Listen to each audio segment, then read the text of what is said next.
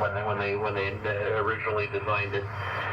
The engineers decided that was just a good cost-effective engine that they could purchase from General Motors and put in there, and it would just do the job. So that's what they used. Yeah, there you go. That was back when engineers made those kind of decisions. A 350 will work, but let's just go ahead and get the 455. Well, there's a margin of, safety margin there. It's not our money.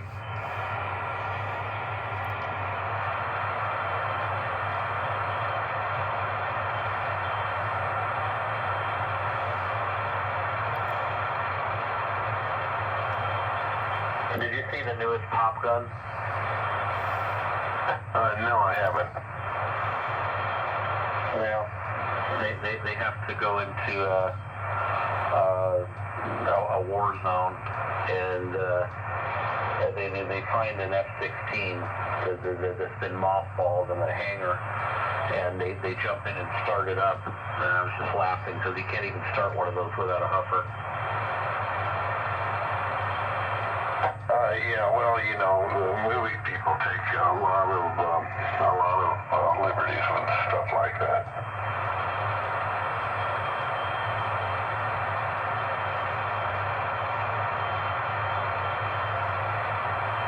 Gives people the wrong idea about that kind of thing.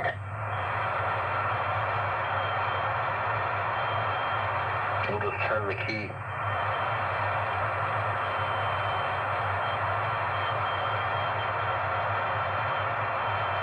Yeah, and you head on out of the hangar with all those red flags flying on the wings and pitot tubes and things like that. Yeah, sure.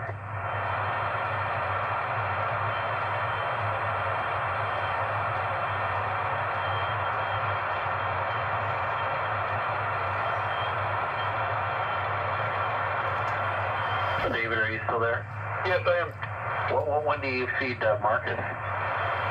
In the morning, and we're trying to feed him in the evening too. So usually in the morning around 10 o'clock, and then in the evening. But he's not a big eater like the other dogs. I mean, he doesn't really, put a lot of pressure on us to feed him. Oh, so you feed him two smaller meals? Yes.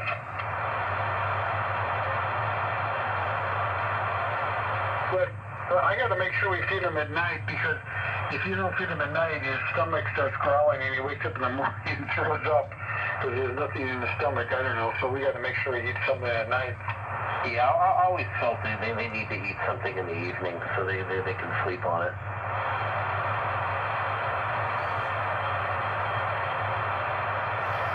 She gets a snack in the morning, but that's it. She doesn't really. I might give her a snack midday or something, but she really only eats one big meal. How much does she weigh now? 65-ish, somewhere around 65, 68. Oh, she's a big girl. No, not really. I mean, I don't know. It's a small. Yeah, I guess I'm used to the male that we had, Toby. He was big. He was 85, 90.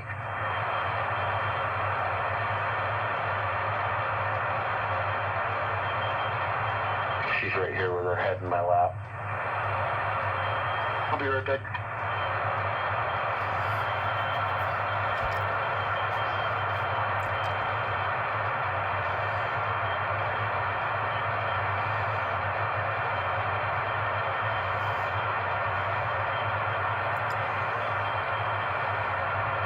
I meant to email you, Jim, about the tuned input. I've been working on it this afternoon, and I'm at the crossroads. I can't figure out.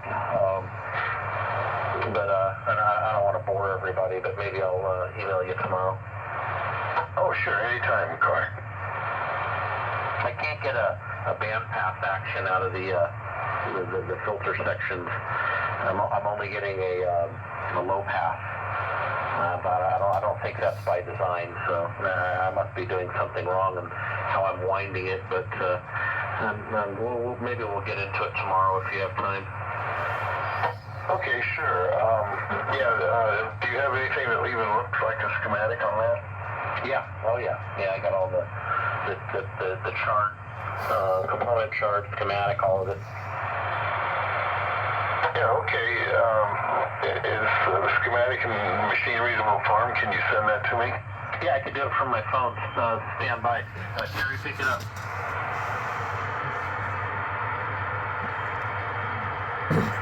He might have fallen asleep.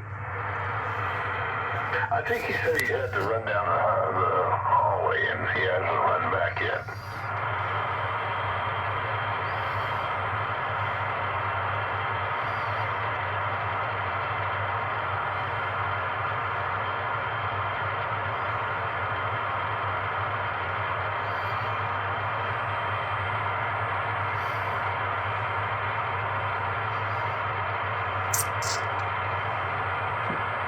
Yeah, you're going to send that to me by email, aren't you?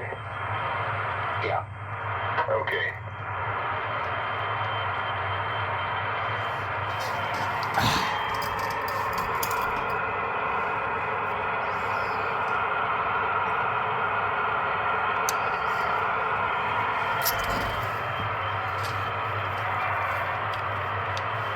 KG7HCR.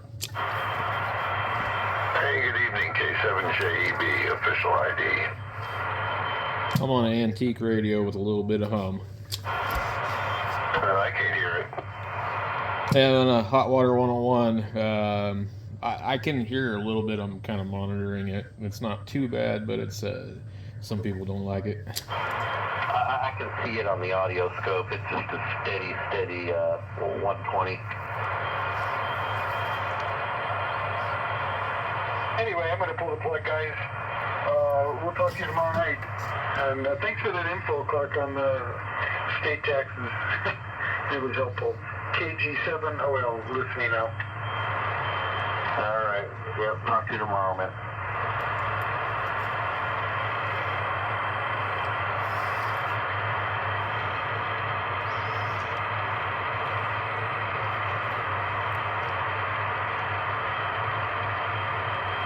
I sent you some of the initial, the actual instructions on how to build it and all that on the laptop. I can send those in a few minutes here.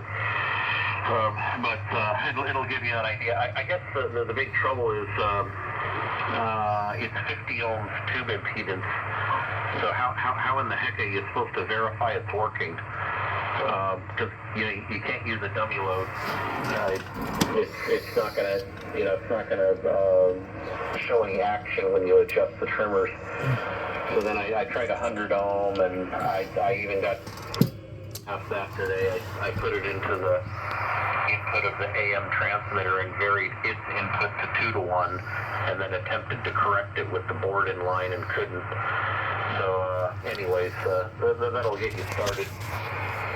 Oh, yeah. I'll definitely have a look at it. By the way, I just got a call from Mr. Bill. He's at P, and he says thanks for the email. Okay, he got it all taken care of? Yeah, I don't know. I don't know. He was, just talked to me briefly. He said to call him back when I get through talking to you guys. Okay. Yeah, it was just happen chance that we saw that.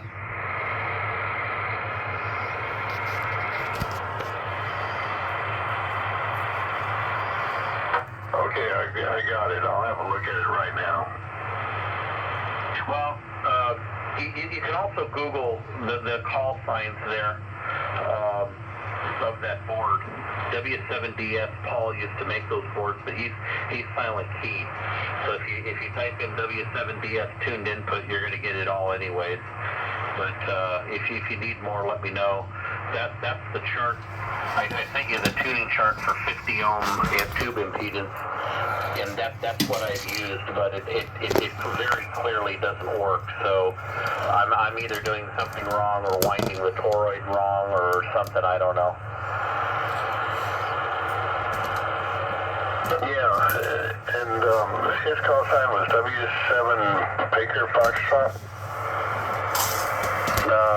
Delta Sierra. I put it in the email. Oh, okay. Yeah, let me go ahead and have a look at that. I'll be back with you in just a minute, okay? The actual kit was purchased at FAR Circuits, F-A-R Circuits. I don't know if you've ever heard of them. Anyone listening, you should go to FAR Circuits website. They've got all kinds of ham radio kits, boards, projects. I never knew about it. But if you go to FAR Circuits, if you click RF amplifiers right at the very bottom, he's got the tuned input boards there. Oh, okay. Yeah, I've heard of that.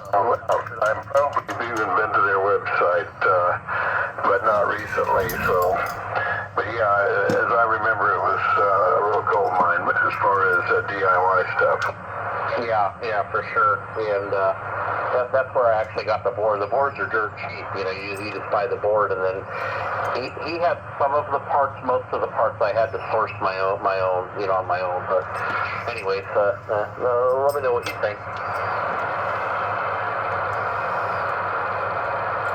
yeah, reading now. You back, Terry?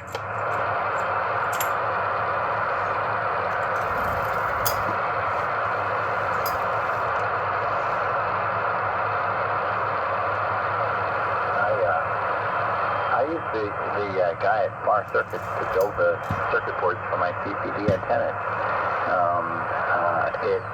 I seem to remember his name was Fred.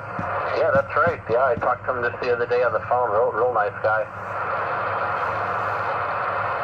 Yeah, it was pretty cool. I had to have bought, a few hundred big boards from him and had to slice them down myself. But, yeah, nice guy. Yeah, I think he's pretty much getting out of it. He told me, he said, whatever I have, and that's it. The thing is that there's so many companies online now that you could upload you could just go to their website, design the whole circuit board with their software online, and click order, and you'll have the thing in less than a week.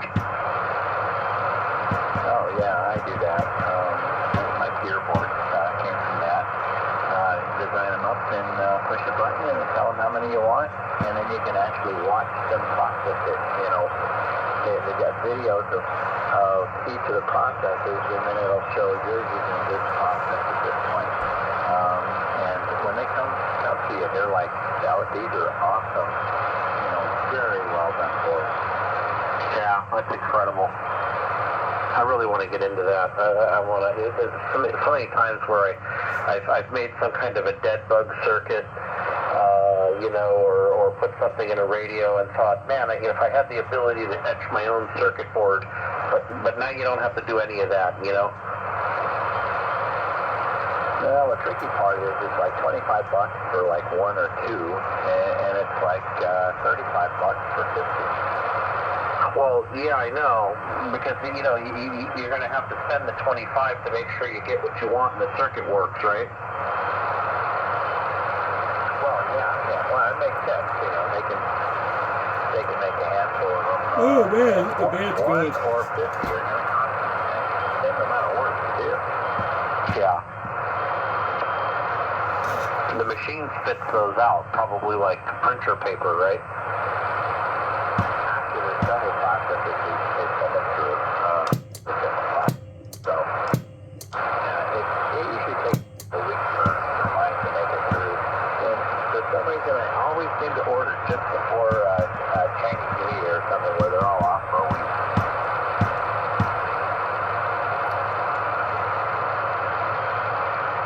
Oh, these companies are in China? Oh, yeah, all of them are. Well, I was watching a guy the other day. I can't remember the name of the website. It's a U.S. company. He had the board in like 4 or 5 days. Didn't believe it. Yeah, some are faster than others. Some are more expensive than others. But the end result is pretty much the same. You can find some YouTube down there. We compared these three companies. Whatever. I use, I don't remember, HDL or something like that. I've got some software that runs on the Mac. There it is. Easy EDA.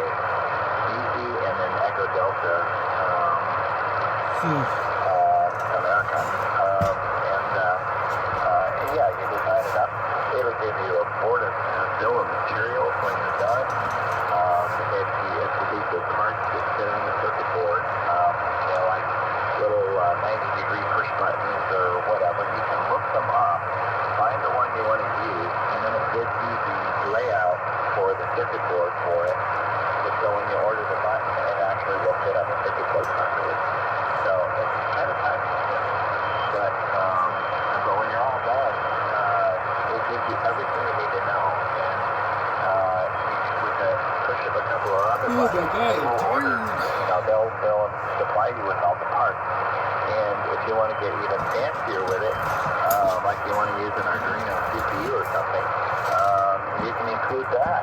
Put it in the, to the surface mount.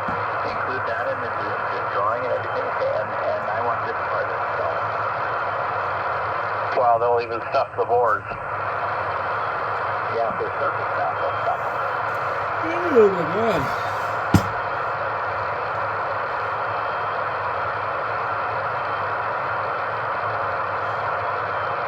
Yeah, pretty cool, man. I think the band's going down the toilet. No, you're real strong. Not now. I just I used the amplifier, but yeah, right now it shouldn't be. You're about 10 over. I got an attenuator on. I had to see if this how this thing does. Yeah, it's a little bit light on the output, I guess. I wonder if I should put a fan on this thing. Is that with the amp? You're 20 over. Yeah, it is. I could just reach over here and push a button and bury your needle. I just didn't want to turn the amp on. I don't know why. I've just been running barefoot all week. I just thought I heard it shift for a second, but I guess it didn't shift. I don't know. And it's usually right about, well, usually about 20 minutes ago it would have went bad. All right, switch over to the 1200. I want to hear the audio. You have to give me a second because I got this thing in the way. I was taking this off the shelf and I was like, I should use the Hot Water 101. Yeah, it's cool, and I'm glad you're enjoying it, but it has a tremendous amount of hum. We got to get some capacitors in that old girl. Yeah, for fun tomorrow, just put your new meter that you got, that vacuum tube voltmeter, put that thing across those supplies on the power supply, and let's see if there's ripple on it. That's what that type of meter was for, right? It'll measure up to 800,000-900,000 volts, and you can flip it over to AC and see if there's ripple and figure out, is it all the supplies or one? That's a good idea. Yeah, I don't know if it works correctly. I was having some trouble using it to read ohms resistance. Yeah, just set it on the table, flip it all in, and then don't be touching anything. Turn it on, and you'll get a reading. And then you could adjust the meter, but don't be touching anything, and you'll be able to figure it out pretty easy. All right, I'll be back in a minute. KG7HPR. You have your Heathkits are solid state, right, Dave? Yes, 104. Well, he's on a Hot Water 102, the tube radio. Are yours solid state though? Yeah, the 104 is solid state. The HW101, 102, those are all tubes. Okay. So yeah, he's using that matching supply that you likely have then, right? Well, no, I actually have it. It's the supply, but it's just a meter. Yeah, that's what he's using. And I'm assuming the hum that you're hearing is coming from that, but who knows? Yeah, probably. Yeah. You hear that? Pop, pop, pop, pop, pop, pop, pop, pop. All right, so I need to put the screws back in this too.